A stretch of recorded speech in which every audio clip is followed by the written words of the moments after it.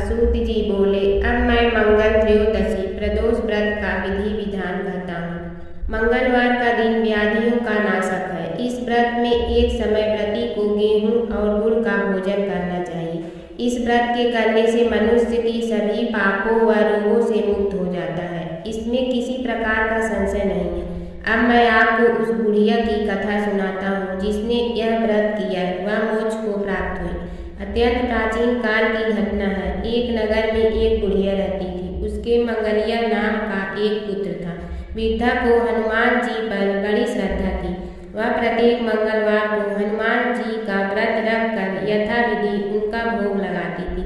इसके अलावा मंगलवार को एक न तो घर लीपती थी और न ही मिट्टी खोदती थी। इसी प्रकार से व्रत रखते हुए जब उसे काफी दिन बीत गए तो हनुमान जी ने सोचा कि चलो आज इस वृद्धा की श्रद्धा की परीक्षा करें। वे साधु का वेश बनाकर उसके द्वार पर जा पहुँचे और पुकारा, है कोई हनुमान का भक्त जो हमारी इच्छा पूरी करे। वृद्धा ने यह पुकार सुनी तो बाहर आई और महाराज क्या आज्ञा है। साधु वेशधारी हनुमान जी बोले कि मैं बहुत भूखा हूँ, भोजन करूँगा, तू थोड़ी सी जमीन लीप दे। वृद्धा बड़ी दुविधा में पड़ गई। अंत में हाथ जोड़कर प्रार्थना की, हे महाराज, लीपने और मिट्टी खोदने के अतिरिक्त जो काम आप कहें वह मैं करने को तैयार हूँ। साधु ने 3 बार परीक्षा करने के बाद कहा, तू अपने बेटे को बुला, मैं उसे औंधा लिटाकर उसकी पीठ पर आग जलाकर भोजन बनाऊंगा। वृद्धा ने सुना तो पैरों तले की धरती खिसक गई, मगर वह वचन हार चुकी थी। उसने मंगलिया को पुकार कर साधु महाराज के हवाले कर दिया, मगर साधु ऐसे ही मानने वाले न थे। उन्होंने वृद्धा के हाथों से ही मंगलिया को औंधा लिटाकर उसकी पीठ पर आग जलवाई। आग जलाकर दुखी मन से वृद्धा अपने घर के अंदर जा घुसी। साधु जब भोजन को बुलाकर कहा कि वह मंगलिया को पुकारे ताकि वह भी आकर भोग लगा ले। वृद्धा में आंसू भरकर कहने लगी कि अब उसका नाम लेकर मेरे हृदय को और दुख न पहुँचाओ। लेकिन साधु महाराज न माने। वृद्धा को भोजन के लिए मंगलिया को पुकारना पड़ा। पुकारने की देर थी कि मंगलिया बाहर से हंसता हुआ घर में दौड़ा आया। मंगलिया को जीता जागता देखकर वृद्धा को दुखद आश्चर्य हुआ। वह साधु महाराज के चरणों में गिर पड़ी। साधु महाराज ने उसे अपनी असली रूप में दर्शन दिए। हनुमान जी को अपने आंगन में देखकर वृद्धा को लगा कि जीवन सफल हो जाएगा। श्री मंगल प्रदोष व्रत कथा। पौराणिक कथा के अनुसार एक गांव में एक ब्राह्मणी रहती थी जो पति की मृत्यु के बाद अपना पालन पोषण भिक्षा मांगकर करती थी। एक दिन जब वह भिक्षा मांगकर वापस लौट रही थी तो उसे रास्ते में 2 बालक दिखे जिन्हें वह अपने घर ले आई और उनका पालन पोषण करने लगी। जब वे दोनों बालक बड़े हो गए तो ब्रह्मणी दोनों बालक को लेकर ऋषि शांडिल्य के आश्रम चली गई, जहाँ शांडिल्य ऋषि ने अपने तपोबल से बालकों के बारे में बता कर कहा, हे देवी, ये दोनों बालक विदर्भ राज के राजकुमार हैं। गंधर्व नरेश के आक्रमण से इनके पिता का राजपाट छीन लिया गया है। ब्रह्मणी और राजकुमारों ने विधि विधान से प्रदोष व्रत किया। फिर एक दिन बड़े राजकुमार की मुलाकात अंशुमति से हुई। दोनों एक दूसरे को चाहने लगे। तब अंशुमति के पिता ने राजकुमार की सहमति से दोनों की शादी कर दी। फिर दोनों राजकुमार ने गंधर्व पर हमला किया और उनकी जीत हुई। बता दें कि इस युद्ध में अंशुमति के पिता ने राजकुमारों की मदद की थी। दोनों राजकुमारों को अपना सिंहासन वापस मिल गया और गरीब ब्राह्मणी को भी एक खास स्थान दिया गया जिससे उनके सारे दुख खत्म हो गए। राजपाट वापस मिलने के कारण प्रदोष व्रत था जिससे उन्हें संपत्ति मिली और जीवन में खुशहाली आई। पौराणिक कथाओं के अनुसार प्राचीन काल में एक नगर में एक विधवा ब्राह्मणी रहा करती थी। पति की मृत्यु के बाद उसके पास लालन पालन करने का कोई साधन नहीं था, इसलिए वह भिक्षा मांगकर अपना जीवन व्यतीत कर रही थी। रोजाना की तरह एक दिन जब वह भिक्षा मांगकर वापस अपने घर की ओर लौट रही थी तो उसे रास्ते में 2 बालक दिखे जो कि अकेले थे और अपना रास्ता भटक गए थे। ब्रह्माणी दोनों बालकों को अपने साथ घर ले आई और पालन पोषण करने लगी। जब वे दोनों बालक बड़े हो गए तो ब्रह्माणी उन्हें लेकर ऋषि सांडिल्य के आश्रम गए। वहां जाकर ब्रह्माणी ने ऋषि सांडिल्य से अनुरोध किया कि वह अपने तपोबल से बालकों के बारे में पता लगाए और ऋषि ने ब्रह्माणी का स्वच्छ मन देखकर उसकी बात मान ली।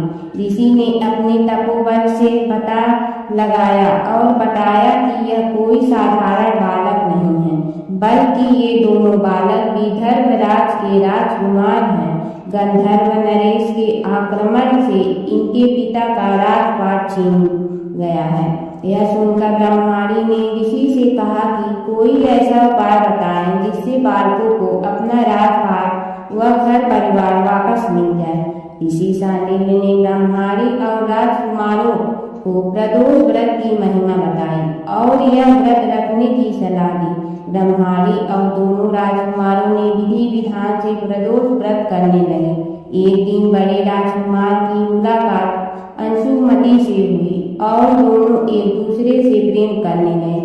इसके बाद ब्रह्माणी ने अंशुमति के पिता से विवाह की बात की तो वह मान गए और दोनों का विवाह हो गया। अंशुमति भी एक राजा की पुत्री थी और उसके पिता के सहयोग से दोनों राजकुमार ने गंधर्व पर हमला किया और उनकी जीत हुई, जिसके बाद दोनों राजकुमारों को अपना सिंहासन वापस मिल गया और गरीब ब्राह्मण को भी एक खास स्थान दिया गया, जिससे उनके सारे दुख खत्म हो गए। राजपाट वापस मिलने का कारण प्रदोष व्रत था, जिससे उन्हें संपत्ति मिली और जीवन में खुशहाली आई। भगवान शिव के गढ़ नंदी का कथा। नंदी कैसे बने शिव के गढ़। शिव की घोर तपस्या के बाद शिलाद ऋषि ने नंदी को पुत्र रूप में पाया था। शिलाद ऋषि ने अपने पुत्र नंदी को संपूर्ण वेदों का ज्ञान प्रदान किया। एक दिन शिलाद ऋषि के आश्रम में मित्र और वरुण नाम के दो दिव्य ऋषि पधारे। नंदी ने अपने पिता की आज्ञा से उन ऋषियों की उन्होंने अच्छे से सेवा की।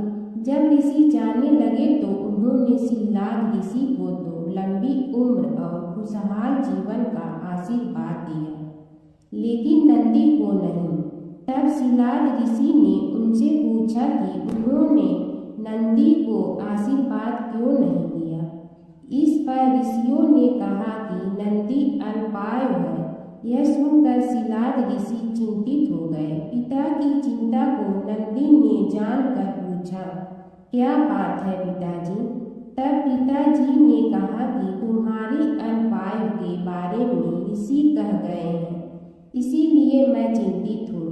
यह सुनकर नंदी हंसने लगा और कहने लगा कि आपने मुझे भगवान शिव की कृपा से पाया है, तो मेरी उम्र की रक्षा भी वही करेंगे। आप क्यों चिंता करती हैं। इतना कहते ही नंदी भुवन नदी के किनारे शिव की तपस्या करने के लिए चले गए। कठोर तप के बाद शिव जी प्रकट हुए और कहा, वरदान मांगो वत्स। तब नंदी ने कहा कि मैं उम्र भर आपके सानिध्य में रहना चाहता हूँ। नंदी के समर्पण से प्रसन्न होकर भगवान शिव ने नंदी को पहले अपने गले लगाया और उन्हें बैल का चेहरा देकर उन्हें अपने वाहन, अपना दोस्त, अपने गढ़ों में सर्वोत्तम के रूप में स्वीकार कर लिया। एक साहूकार बहुत अमीर था। उसके पास धन की कोई कमी नहीं थी। साहूकार के पास सभी सुख और ऐश्वर्य के साधन थे, किंतु उसको एक ही दुख था कि उसके कोई औलाद नहीं थी। दिन रात वह इसी चिंता में लगा रहता और वह पुत्र पाने के लिए हर सोमवार को भगवान चंद्रदेव व शिव जी की पूजा करता। वह व्रत रखता था। साहूकार की भोलेनाथ के प्रति ऐसी भक्ति देखकर एक बार माँ पार्वती जी ने शिव जी से कहा, हे नाथ, ये साहूकार आपका अनन्य भक्त है और सदैव ही आपका व्रत और पूजा भक्ति भाव से किया करता है। आप कृपा करके इसकी मनोकामना को पूरी कर दें।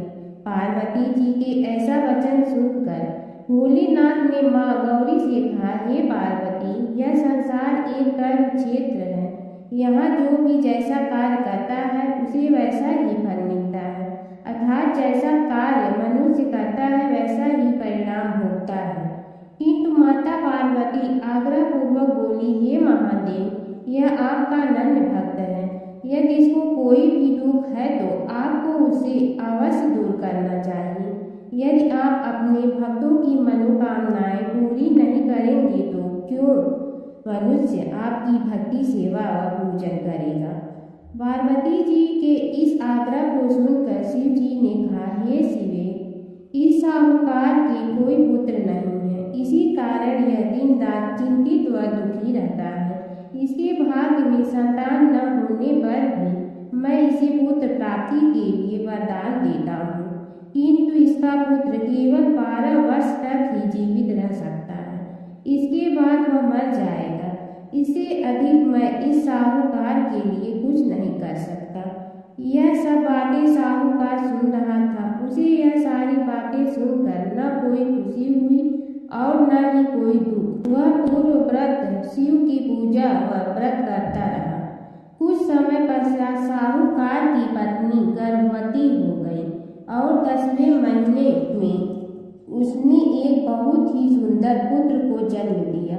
साहूकार के घर में बहुत खुशियां मनाई गई, किंतु साहूकार ने अपने पुत्र की 12 वर्ष की उम्र जानकर कोई खुशी प्रकट नहीं की और इस संबंध में किसी को कोई भेद भी नहीं बताया। वह बालक धीरे धीरे बड़ा होने लगा।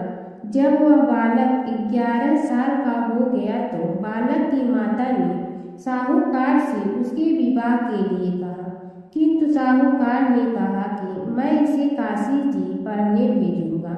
साहूकार ने अपने साले को बुलाकर कहा कि तुम इस बालक को काशी पढ़ाने ले जाओ और इसे विधिवत शिक्षा ग्रहण कराओ। साहूकार ने उसको बहुत सा धन देकर कहा कि रास्ते में जहाँ कहीं भी ठहरो वहाँ यज्ञ और ब्राह्मणों को भोजन कराते जाना। इस प्रकार वह दोनों मामा भांजे रास्ते में यज्ञ करते, दान देते और ब्राह्मणों को पूजन कराते जा रहे थे। रास्ते में एक शहर पड़ा। उस शहर में राजा की कन्या का विवाह था। एक अन्य राजा का लड़का बारात लेकर आया था, लेकिन वह एक आंख से काना था। लड़के के पिता को इस बात की चिंता थी कि वर को देखकर कन्या के माता पिता विवाह में किसी प्रकार की अड़चन न डालें। इसी कारण जब उन्होंने साहूकार के अति सुंदर बेटे को देखा तो उसके मन में विचार आया कि क्यों न इस लड़के से विवाह का कार्य पूर्ण करा लिया जाए। यह विचार कर उसने लड़के और उसके मामा से कहा कि यदि आप फेरे व कन्यादान का कार्य पूर्ण करा देंगे तो आपकी बड़ी कृपा होगी और हम आपको बहुत सारा धन देंगे। साहूकार के लड़के और उसके मामा ने इस बात को स्वीकार कर लिया था। विवाह का काम भली प्रकार से पूरा हो गया। जब वह लड़का जाने लगा तो उसने चुपके से राजकुमारी की चुनरी पर लिख दिया कि तेरा विवाह मेरे साथ हुआ है, लेकिन जिसके साथ तुम्हें भेजा जाएगा वह एक आंख से काना है।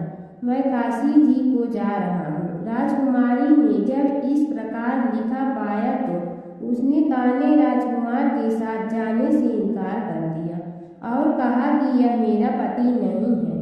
मेरा विवाह जिसके साथ हुआ है वह काशी जी गया है। राजकुमारी के पिता ने यह सब जब सुना तो उसने अपनी कन्या को विदा करने से इनकार कर दिया। बारात वापिस चली गई। उधर साहूकार का लड़का और उसका मामा काशी जा पहुँचे, जहाँ लड़के ने पढ़ना शुरू किया तथा अपना अतिरिक्त समय मामा भांजा यज्ञ दान आदि में व्यतीत करने लगे। इस प्रकार कई महीने बीत गए। जब लड़का 12 साल का हुआ तो उस दिन लड़के के मामा ने यज्ञ का आयोजन कर रखा था। अचानक ही लड़के की तबीयत खराब हो गई। लड़के के मामा ने कहा कि अंदर जाकर सो जाओ। लड़का अंदर जाकर सो गया। थोड़ी देर पश्चात लड़का मर गया। जब लड़के के मामा ने देखा कि वह मर गया है तो वह बहुत दुखी हुआ। उसने सोचा कि मैं पहले यज्ञ पूरा कर लूं तब कुछ सोचूंगा। लड़के के मामा ने यज्ञ पूरा किया और फिर रोना प्रारंभ कर दिया। वह बहुत जोर जोर से रो रहा था। संयोगवश शिव जी और पार्वती उधर से जा रहे थे। पार्वती जी ने भगवान भोलेनाथ से कहा, हे नाथ, कोई दुखी व्यक्ति रो रहा है, उसके कष्टों को दूर कर दो। जब शिव जी और पार्वती जी वहां पहुंचे तो उन्होंने देखा कि वहां पर एक लड़का मरा हुआ पड़ा है। तब पार्वती ने देखते ही लड़के को पहचान लिया। पार्वती जी ने लड़के के मरने का कारण पूछा तो भोलेनाथ ने बताया, हे गौरी, इस लड़के की आयु इतनी ही थी, ये अपनी आयु पूरी कर चुका है। तब पार्वती जी ने विनम्रता पूर्वक कहा, महाराज, कृपा करके आप इस लड़के को जीवित कर दीजिए, नहीं तो इसके माता पिता इसके वियोग में तड़प तड़प कर अपनी जान दे देंगे। माता पार्वती की बात सुनकर शिव जी ने लड़के को पुनः जीवित कर दिया। शिव जी की कृपा से लड़का जीवित हो गया। शिव शंकर व पार्वती जी शिव धाम चले गए। शिक्षा पूरी होने पर लड़का और उसका मामा पहले की तरह यज्ञ करते, ब्राह्मणों को भोजन तथा दक्षिणा देते हुए अपने घर की ओर चल दिए। रास्ते में दोनों उसी शहर में आए जहाँ पर उस लड़के की शादी हुई थी। वहाँ पहुंचकर दोनों ने यज्ञ करना शुरू कर दिया। जब वे दोनों यज्ञ कर रहे थे तो उसके लड़के के ससुर यानी वहाँ के राजा ने, जो उधर से घोड़े पर बैठकर अपने सेवकों के साथ जा रहा था, उसने लड़के को पहचान लिया। राजा ने महल में ले जाकर दोनों की खूब सेवा की। कुछ समय राजा के महल में रहने के बाद लड़के ने राजा से जाने की आज्ञा ली। राजा ने अपनी लड़की को लड़के के साथ विदा किया और साथ में बहुत सा धन एवं दास दासियों को भी भेजा। जब वे अपने शहर में आए तो लड़के के मामा ने कहा, पहले मैं तुम्हारे माता पिता को तुम्हारे आने की खबर सुना आता हूँ, तब तक तुम पत्नी सहित यहाँ आराम करो। ऐसा कहकर लड़के का मामा साहूकार को अपने पुत्र के आने की खबर देने चला गया। घर आकर उसने देखा कि उसकी बहन और बहनोई छत पर बैठे हुए हैं और उन्होंने यह व्रत कर रखा है कि यदि उनका बेटा जीवित लौट आया तो वह छत से नीचे उतर आएंगे, नहीं तो छत से कूदकर अपने प्राण त्याग देंगे। लड़के के मामा ने जब यह समाचार उन्हें सुनाया कि उनका लड़का जीवित लौट आया है तो उन्हें विश्वास नहीं हुआ।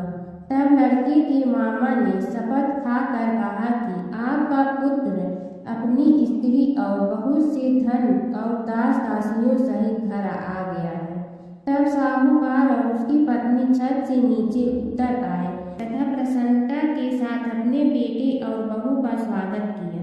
सभी प्रसन्नता के साथ रहने लगे। इस प्रकार भक्ति भाव से जो भी प्राणी सोमवार के व्रत का पालन करता है तथा प्रेम पूर्वक इस कथा को सुनता या पढ़ता है तो उसके सभी कष्ट दूर होते हैं, सारी मनोकामनाएं पूर्ण होती हैं और इस लोक में सभी सुख सुविधाओं को भोग कर अंत में उसे शिवलोक की प्राप्ति होती है। इस प्रकार सोमवार के व्रत को 16 सोमवार तक करें, फिर उद्यापन करें। इस व्रत के प्रभाव से मानवों को सभी प्रकार के सुखों की प्राप्ति होती है। सोमवार व्रत कथा सुनने से मिलती है शिव पार्वती की कृपा। भोलेनाथ को प्रसन्न करने के लिए आप भी सोमवार का व्रत जरूर करें। तो शिव व्रत कथा को पढ़कर या सुनकर इस उपवास को पूर्ण करें। नारद पुराण के अनुसार सोमवार व्रत में व्यक्ति को प्रातः काल स्नान करके शिव जी को जल और बेलपत्र चढ़ाना चाहिए तथा शिव गौरी की पूजा करनी चाहिए। शिव पूजन के बाद सोमवार व्रत कथा सुननी चाहिए। इसके बाद केवल एक समय ही भोजन करना चाहिए। साधारण रूप से सोमवार का व्रत दिन के तीसरे पहर तक होता है। सोमवार व्रत 3 प्रकार का होता है: प्रति सोमवार व्रत, सौम्य, प्रदोष व्रत और 16 सोमवार का व्रत। इन सभी व्रतों के लिए एक ही विधि होती है। जय शिव शिव ओंकारा, प्रभु जय शिव ओंकारा। ब्रह्मा विष्णु सदाशिव अर्धांगी धारा, जय शिव ओंकारा। एकानन चतुरानन पंचानन राजे, हंसासन गरुड़ासन वृषवाहन साजे, जय शिव ओंकारा। दो भुज चार चतुर भुज दस भुज अति सोहे, तीनों रूप निरखते त्रिभुवन जन मोहे, जय शिव ओंकारा। अक्षमाला बनमाला मुंड मलाधारी, चंदन मृग मद सोहे भोले शुभकारी, जय शिव ओंकारा। श्वेतांबर पीतांबर बागंबर अंगे, ब्रह्मादिक सनकादिक प्रेतादिक संगे, जय शिव ओंकारा। कर के मध्य कमंडलु और त्रिशूलधारी, सुखकारी दुखहारी जग पालनकारी, जय शिव ओंकारा।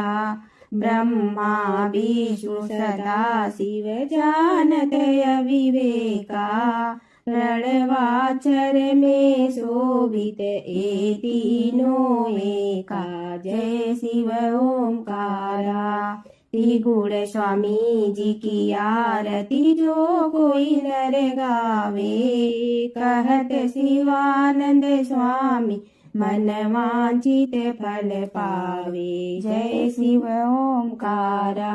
प्रभु जय शिव ओंकारा,